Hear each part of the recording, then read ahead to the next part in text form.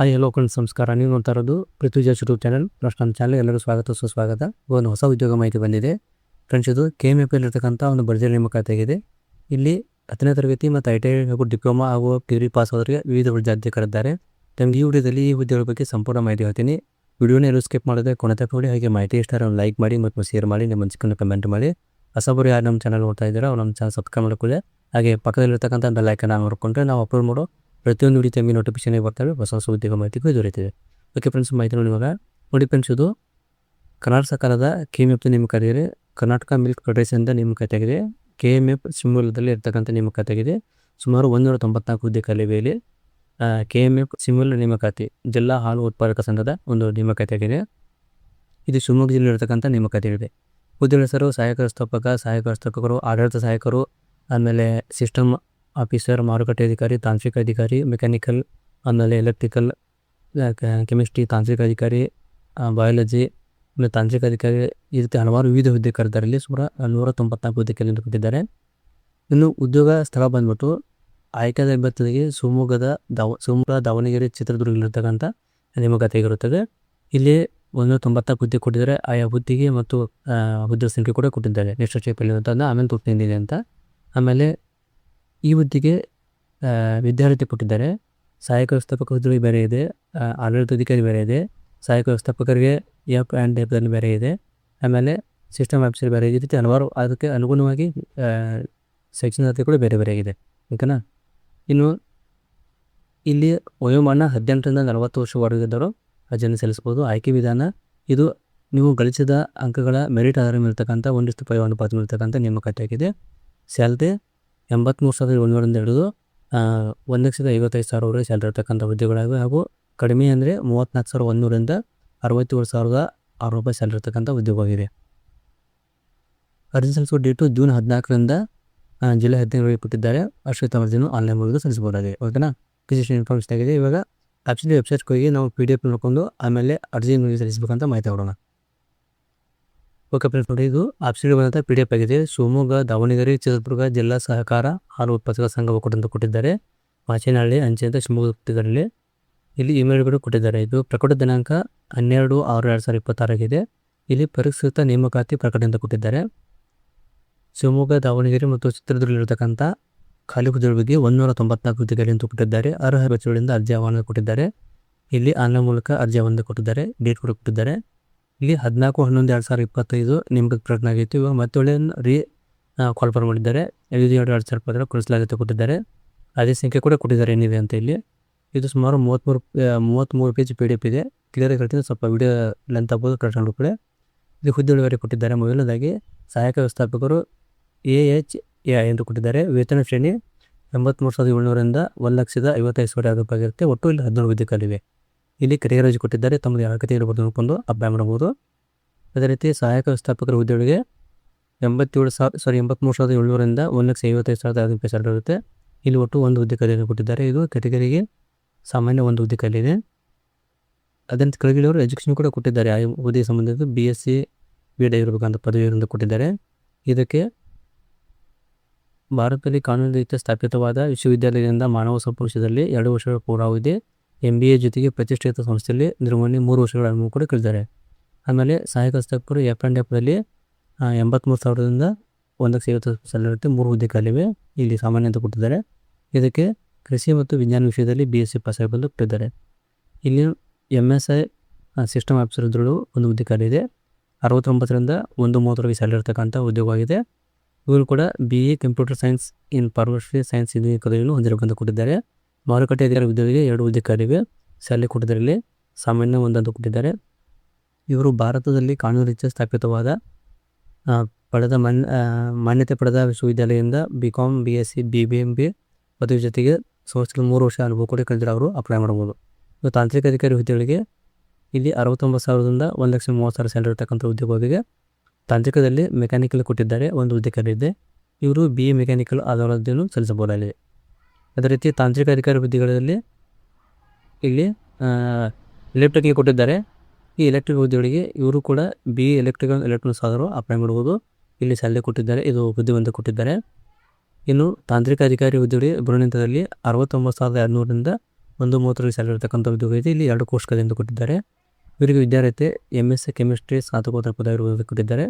ಜೊತೆ ತಾಂತ್ರಿಕ ಅಧಿಕಾರಿ ಮೈಕ್ರೋಬಯಾಲಜಿಯಲ್ಲಿ ಒಂದು ಹುದ್ದೆ ಖಾಲಿ ಇದೆ.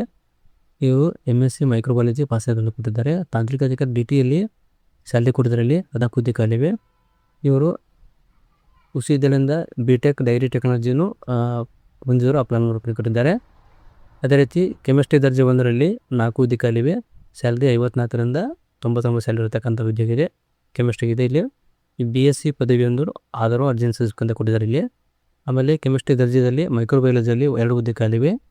ಇವರು ಕೂಡ BScಲಿ ಪದವಿ ಹೊಂದಿರಬೇಕು, ಮೈಕ್ರೋಬಯಾಲಜಿ ವ್ಯಾಸಂಗ ಮಾಡಬೇಕು ಅಂತ ಕೊಟ್ಟಿದ್ದಾರೆ. ಅದೇ ರೀತಿ ವಿಸ್ತೀರ್ಣ ಅಧಿಕಾರಿ ದರ್ಜೆ 3ರಲ್ಲಿ 15 ಹುದ್ದೆ ಖಾಲಿವೆ. 54ರಿಂದ 99 ಸ್ಯಾಲರಿ ಇರತಕ್ಕಂಥ ಉದ್ಯೋಗವಾಗಿದೆ. ಇವರು ಯಾವುದೇ ವಿಶ್ವವಿದ್ಯಾಲಯದಿಂದ ಯಾವುದೇ ಪದವಿಯೊಂದಿಗೆ ಕಂಪ್ಯೂಟರ್ ಜ್ಞಾನ ಹೊಂದಿರೋರು ಅಪ್ಲೈ ಮಾಡಬೇಕಂತ ಕೊಟ್ಟಿದ್ದಾರೆ. ಇನ್ನು ಆಡಳಿತ ಸಹಾಯಕ ದರ್ಜೆ ಹುದ್ದೆಗಳು 15 ಹುದ್ದೆ ಖಾಲಿವೆ. ಇವರಿಗೆ 44ರಿಂದ 83 ಸ್ಯಾಲರಿ ಇರತಕ್ಕಂಥ ಉದ್ಯೋಗವಾಗಿದೆ. ಇವರು ಕೂಡ ಕಾನೂನು ರೀತಿ ಸ್ಥಾಪಿತವಾದ ವಿಶ್ವವಿದ್ಯಾಲಯ ಯಾವುದೇ ಪದವಿಯೊಂದಿಗೆ ಕಂಪ್ಯೂಟರ್ ನಿರ್ವಹಣೆ ಹೊಂದಿರೋರು ಅಪ್ಲೈ ಮಾಡಬೇಕಂತ ಕೊಟ್ಟಿದ್ದಾರೆ. ಅದೇ ರೀತಿ ಲೆಕ್ಕ ಸಹಾಯಕ ದರ್ಜೆ 2 ಹುದ್ದೆ ಕೊಟ್ಟಿದ್ದಾರೆ. ಇಲ್ಲಿ ಇವರಿಗೆ 44ರಿಂದ 80 ಸ್ಯಾಲರಿ ಇರ್ತಕ್ಕಂಥ ಉದ್ಯೋಗವಿದೆ. ಒಟ್ಟು 12 ಹುದ್ದೆ ಖಾಲಿ ಮುಂದೆ ಕೊಟ್ಟಿದ್ದಾರೆ. ಇವರು BCom ಪದವಿಯೊಂದಿಗೆ ಟ್ಯಾಲಿ ಸರ್ಟಿಫಿಕೇಟ್ ಅಥವಾ ಕಂಪ್ಯೂಟರ್ ಜ್ಞಾನ ಹೊಂದಿರೋರು ಅಪ್ಲೈ ಮಾಡಬೇಕಂತ ಕೊಟ್ಟಿದ್ದಾರೆ. ಮಾರುಕಟ್ಟೆ ದರ್ಜೆ 2ರಲ್ಲಿ 44ರಿಂದ 83 ಸ್ಯಾಲರಿ ಇರ್ತಕ್ಕಂಥ ಉದ್ಯೋಗ ಇದೆ. ಇಲ್ಲಿ 10 ಪೋಸ್ಟ್ ಖಾಲಿವೆ. ಇವರು BBM BSc BCom ಪದವಿಯಾದರು ಅರ್ಜಿಯನ್ನು ಸಲ್ಲಿಸಬೇಕಂತ ಕೊಟ್ಟಿದ್ದಾರೆ.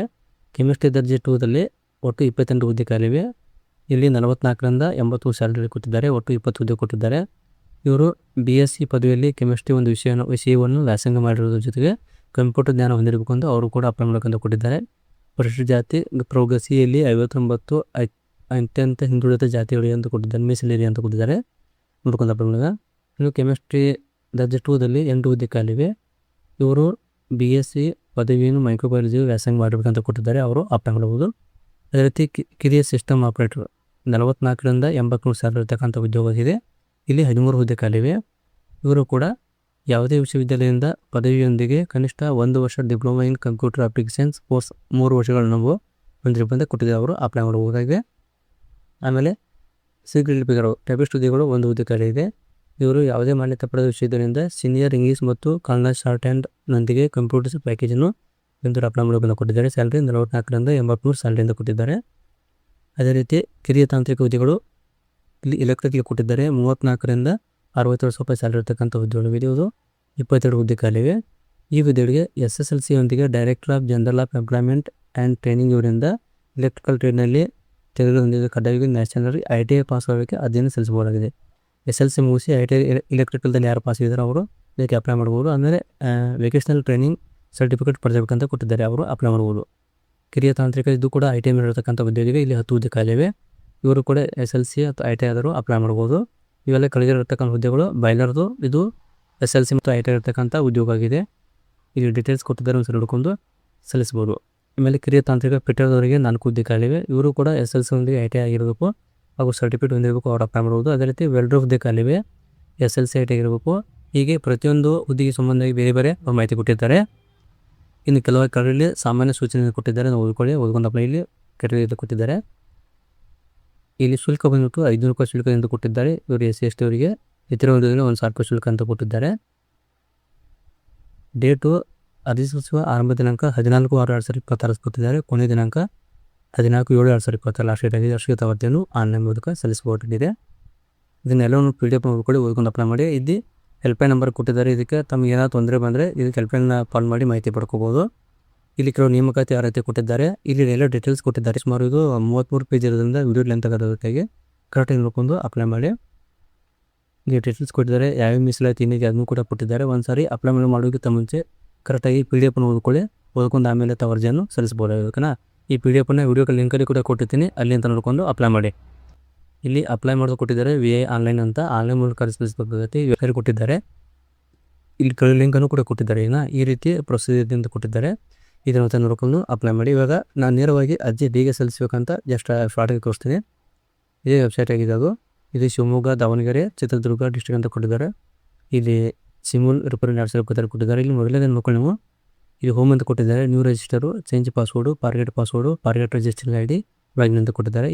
ಇಲ್ಲಿ ಲಿಂಕ್ ಮೇಲೆ ಕ್ಲಿಕ್ ಮಾಡಿದಾಗ PDF ಓಪನ್ ಆಗುತ್ತೆ. ಓಕೆನಾ? ಈ PDF ಆಗಲೇ ತೋರಿಸಿದ PDF ಇದೆ, ಅದು ಓಪನ್ ಮಾಡ್ಕೊಂಡು ಅಪ್ಲೈ ಮಾಡಿ. ಇಲ್ಲಿ ಡೇಟ್ ಕೊಟ್ಟಿದ್ದಾರೆ 14/6/2021ರಿಂದ 14/7/2026. ಪಾವತಿ ಮಾಡೋದು 14/7. ಇದು ಕೂಡ ಕ್ಲೇಮ್ ಆಗಿದೆ. ಇಲ್ಲಿ ಕೆಳಗಡೆ 2 ಆಪ್ಷನ್ ಇವೆ, ನ್ಯೂ ರಿಜಿಸ್ಟರ್ ಮತ್ತು ಆಲ್ರೆಡಿ ರಿಜಿಸ್ಟರ್. ಆಲ್ರೆಡಿ ತಾವು ರಿಜಿಸ್ಟರ್ ಮಾಡಿದರೆ ನಿರ್ವೇಗ ಲಾಗಿನ್ ಮಾಡ್ಕೋಬೋದು. ಫಸ್ಟ್ ಟೈಮ್ ಮಾಡ್ತಾಯಿದ್ರೆ ಇಲ್ಲಿ ನ್ಯೂ ರಿಜಿಸ್ಟರ್ ಅಂತ ಕ್ಲಿಕ್ ಮಾಡ್ಕೊಳ್ಳಿ. ಅದು ನಿಮ್ಮ ರಿಜಿಸ್ಟ್ರೇಷನ್ ಫಾರ್ಮ್ ಓಪನ್ ಆಗುತ್ತೆ ಈ ರೀತಿ.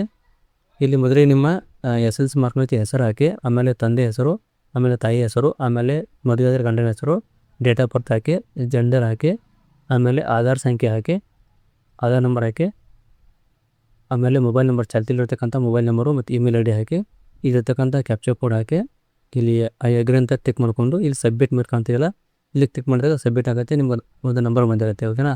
ಆ ನಂಬರ್ ಬಂದರೆ ನೀವು ಐಗನ್ ಅಂತ ಹೋಗಬೇಕಾಗುತ್ತೆ. ಇಲ್ಲಿ ನಿಮ್ಮ ರಿಜಿಸ್ಟರ್ ID ಬಂದಿರುತ್ತೆ.